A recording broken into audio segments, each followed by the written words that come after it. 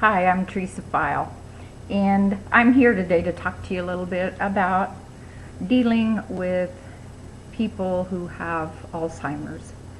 If you are a caregiver of a loved one that has Alzheimer's or dementia, or if you yourself are seeing some signs in yourself, there's so many resources out there these days to help you with your journey with Alzheimer's, and it is definitely a journey.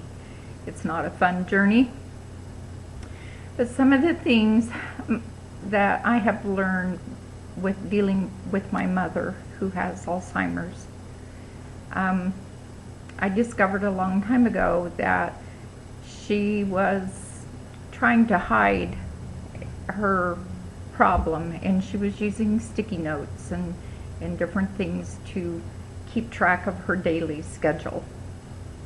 But with time, I discovered for her, not only the sticky notes were handy to leave her instructions or individual notes throughout the house. Maybe she forgot where her medicines were, or maybe she would forget where she kept her car keys. So we would put sticky notes in different areas and label it with a sticky note so she could go and say, oh, this is the bathroom, or this is my closet, this is where I keep my keys.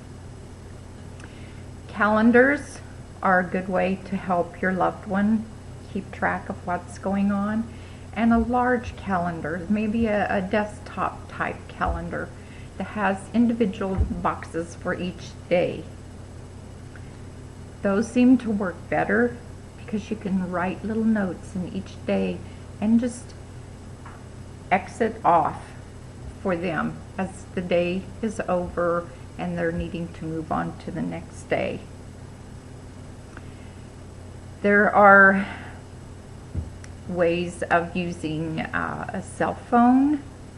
You can program in your number, other numbers that you only want them to be able to get in touch with, and then you can lock other numbers so that they're not just calling randomly. But a cell phone is something good for them to carry if they're still able to get out and get around on their own, because once in a while they do get lost.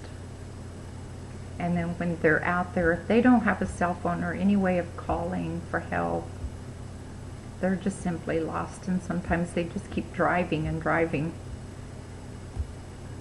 So look around you, go through their home. If they're still living alone, go through their home and find areas of concern that you can help them clean up or get rid of, so those temptations aren't there to hurt them.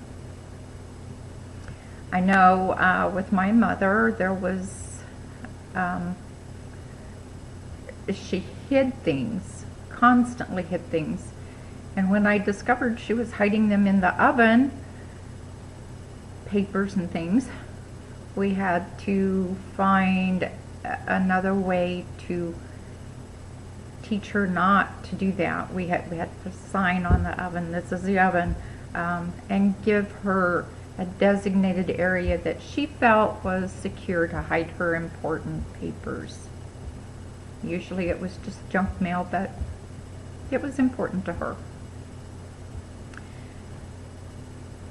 I know when I go and visit with my mother a lot, she's now at a point that her conversation doesn't go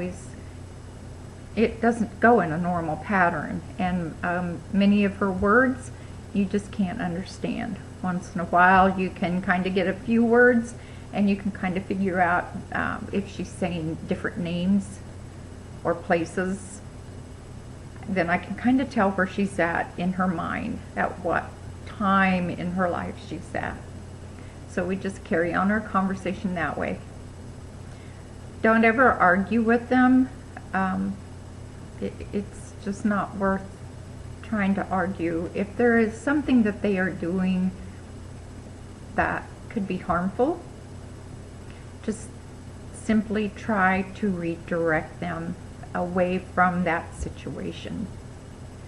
If you're trying to just have a conversation with them and they're becoming upset over maybe they're remembering someone in their life that has passed away, a spouse or something, and they're beginning to stress about it, just simply acknowledge that and start a different conversation. Just redirect them in a different direction, and they usually will follow. But above anything else, all else, be patient. And that's hard.